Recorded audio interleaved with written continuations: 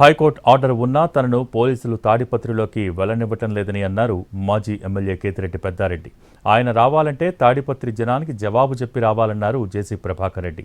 Court ఆదేశాలు ఉన్నా పోలీసులదే final అని చెప్పారు.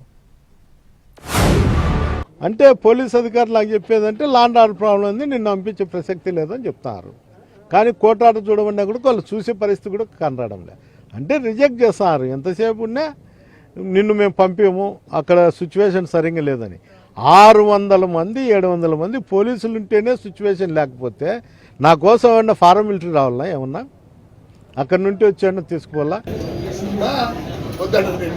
నీకు ఆర్డర్ ఉంది, మాకు లేవు కోర్టు ఆర్డర్, మాకు లేవా కోర్టు ఆర్డరు.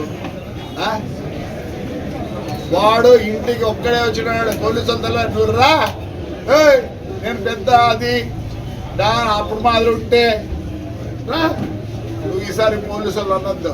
నీకేమిచ్చింది ఇవ్వద్దా? ఏమొచ్చింది నీకు ఇవ్వద్దా?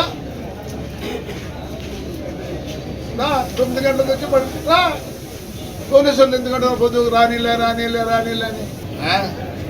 ఒప్పుకోరు నాన్న. నువ్వు ఎన్ని కోర్టు ఆర్డర్లు ఇచ్చినా ఒప్పుకోరు.